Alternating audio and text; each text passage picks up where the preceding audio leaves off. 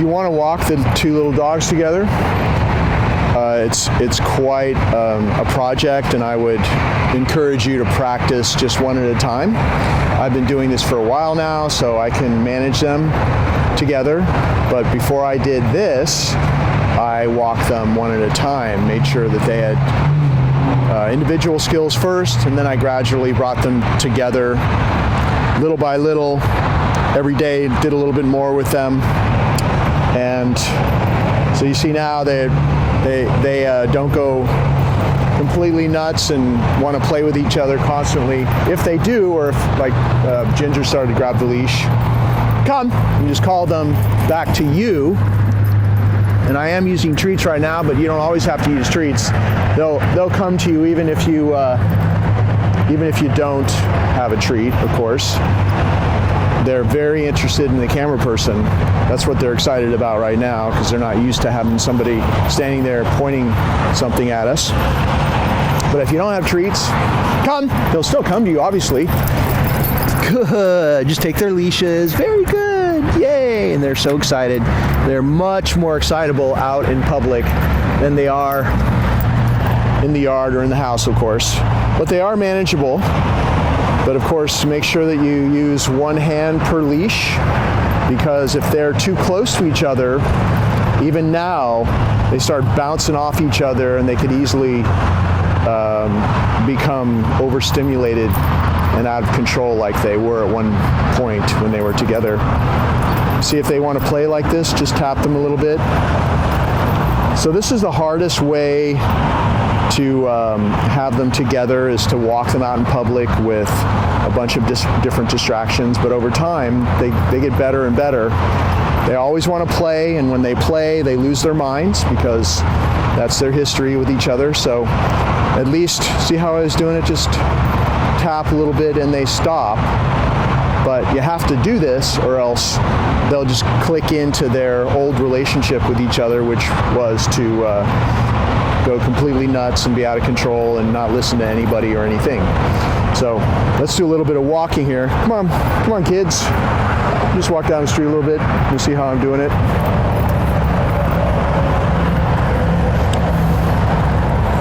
Very interested in the camera person.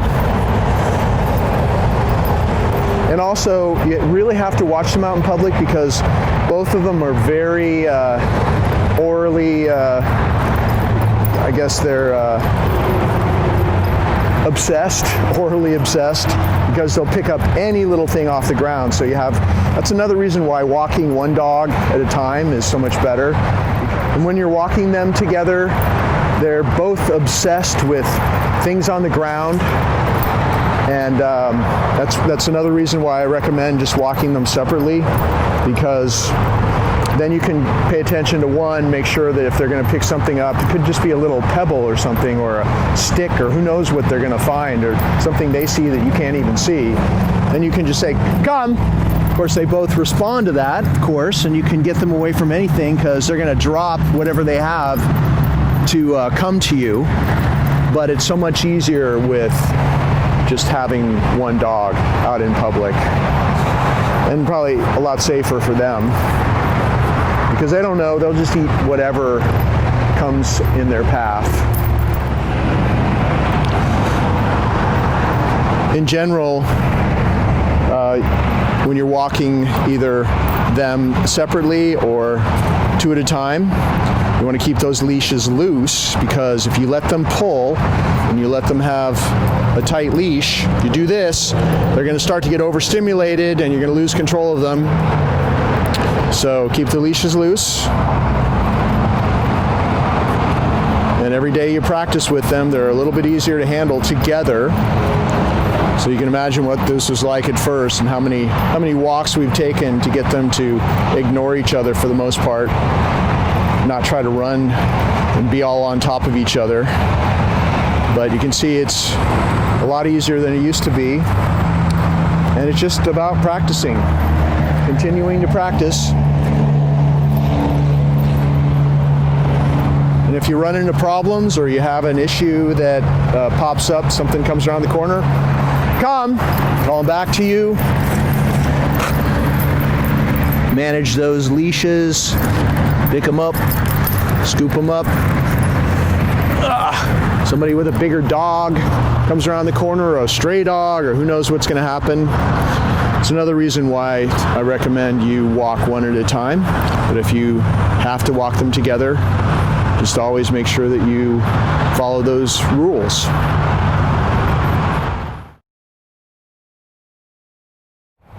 If you want to practice some actual training side by side with them, always make sure that you can do it really well. We're out in public now. The freeway is right there. Lots of distractions. You want to just show the freeway there. And just show that it's the 5 freeway. See cars going past. I'm always practicing in places with a lot of distractions. It's real noisy out here. Just so that I make sure that they can do it in the presence of big distractions. But if you want to practice with 2 of them, always make sure you're good with 1 of them first. And that's how I did it. I made sure that I could handle 1, they could do all their stuff, and then I gradually brought them together and practiced it side by side. So, for example, we're just at the end of this cul-de-sac after a little walk, and let's say I want to practice a downstay. They both know what we're going to do. Come. Good. I'm going to call them to me. I'm going to grab their little leashes. And I'm going to say sit. Let's start with a sit.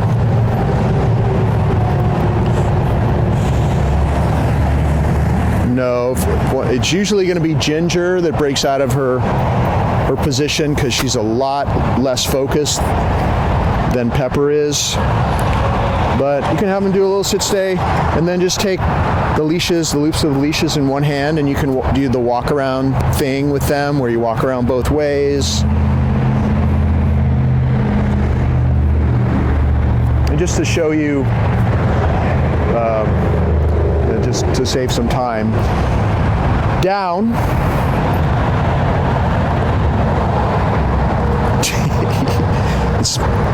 Pepper's usually the one that does it faster than Ginger does. They have their little downstays.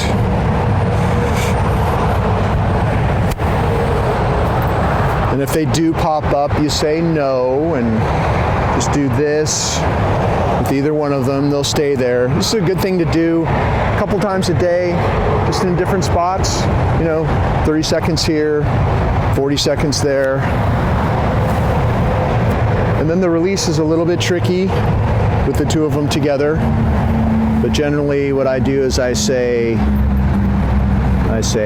okay, and then sit, and then I release them like this, go, and they're free. And they usually want to jump together, but I'll just tap them a little bit and keeps them apart. As you can see, it's not a big struggle. It's just the little signals. It's about a light touch, little signals, and they stop. Let's try that again. Let's try the down. That was good. Very good. This time, I'm going to give rewards, which extra step here, a little bit more of a complication. If you're out in public, never let go of these leashes. If you do let go of them, make sure you're standing on them, because you never know what's going to happen. Nope. Whoops. That was a mistake. Nope. Good. No. Good.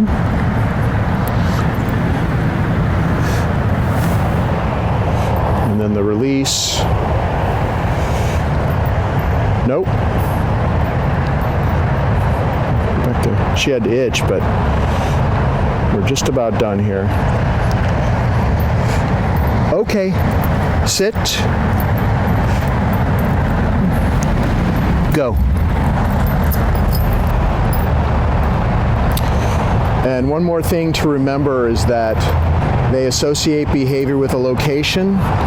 So here in my neighborhood, they've only, from day one, been handled this way. And, oh, what's that?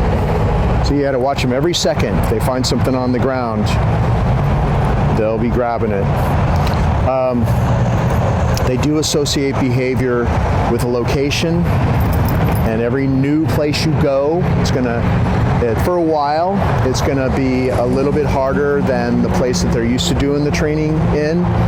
But as you add a new location and then another location and another location, if you were to do that, would be a lot of work. But if you keep doing that, they'll start being good everywhere.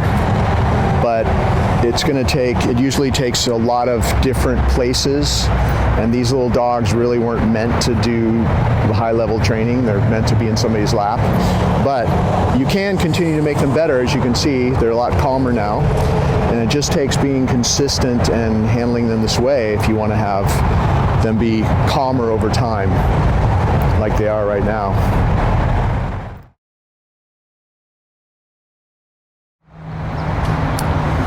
I just want to show you the training individually as well. So Ginger is really distracted by somebody on the street. You can see how distracted she is. And by the camera person. Come! Call her to come. Good. Make sure you're always backing away like that. If you don't have a treat, still pretend like you do, because she will always come to this closed hand. I did have a treat that time, but you practice with rewards with a leash so that when you don't have a leash or a reward, it still will work. And we're going to practice a little sit-stay.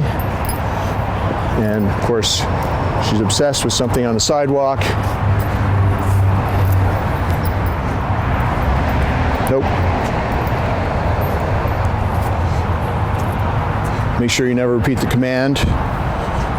And this is just a basic sit-stay where she can accept me walking around both ways.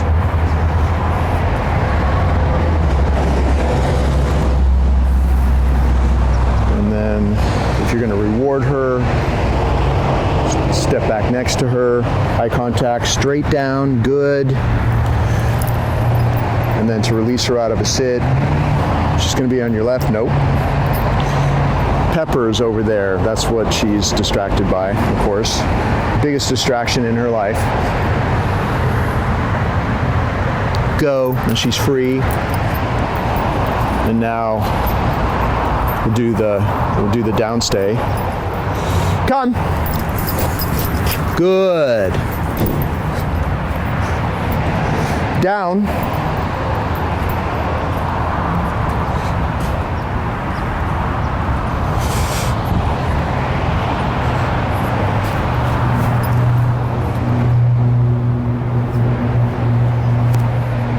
You may have noticed when I said the command, I helped her just with a little tension on the leash. If she's really distracted, like people on the street and Pepper over there, you might have to help her a little bit go in there, but her stay is pretty good. When you reward her from in front like this, kind of swing in like this. Good, put it on the ground in front of her. She waits until you withdraw. If she tries to touch your hand or take it from you, pull it back and say no, and she'll pull back. And make sure that she waits respectfully. Good, just like that. So you even paused for a couple of seconds there. She waited, I withdrew, she took it off the ground. And then to release her, no. And she is very anticipatory, and she's very high strung, so you have to be really careful. She can hear any kind of little noise and she'll react to it. Nope. So when you're doing stuff out in public like this, it's much harder than doing it where there's no distractions. Nope. Make sure she really waits until you walk back next to her. Now she sees people walking behind us. Okay, sit. So you say, okay, she gets up, you have her sit, and then from that sit, pat her chest and say, go, and she's free. Okay, let's go. Let's go this way. Here we are with little Pepper. Come. Good. So we're always backing away when we call her to come. I used the treat that time, but sit. Go. She'll come to this target anytime. Come. Doesn't have to be a treat. Good girl. And usually when you call her to, you're going to scoop her up, of course. With these little dogs, that's what you're usually doing. So I practice that a lot. Down.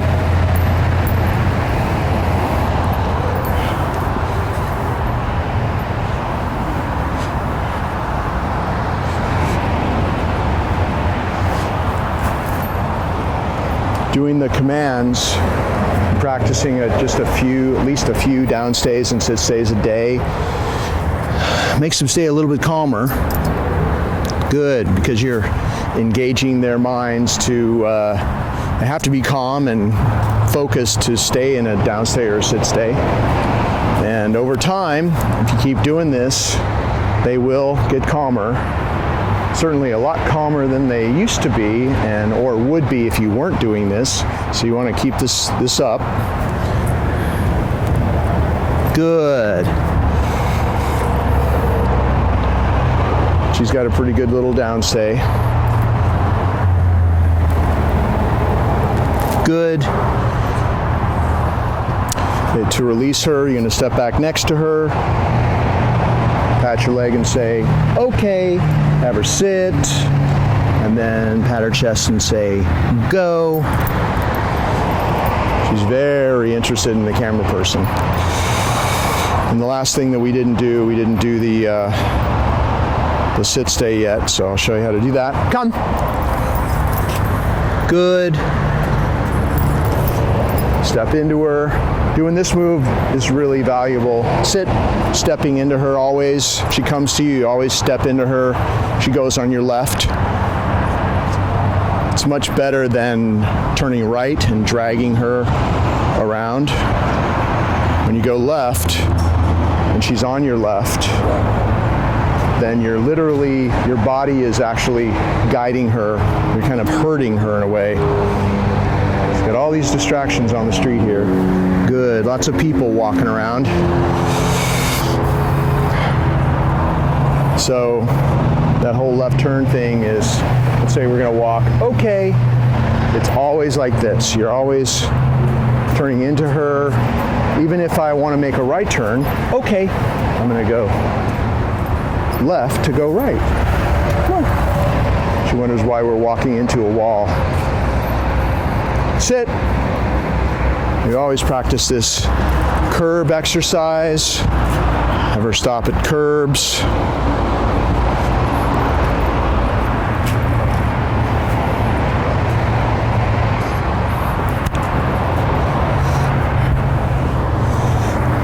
Good. Before you cross the street, it's a good thing to do. Okay.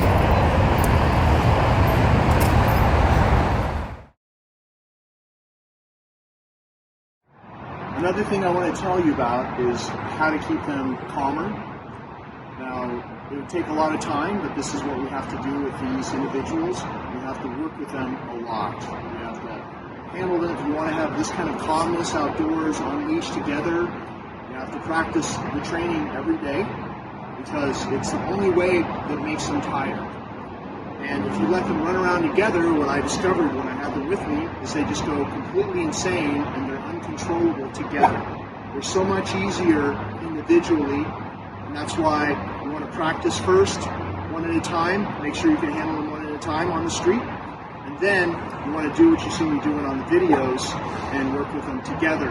If that makes them tired and makes them able to do things like this, they're not going to get tired just from running around loose in the yard. So, really important.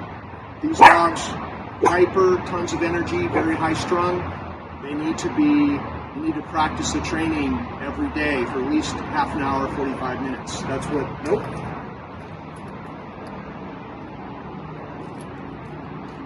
That's what I've had to do to get them to be this way. And that just has to be continued. Okay, let's go.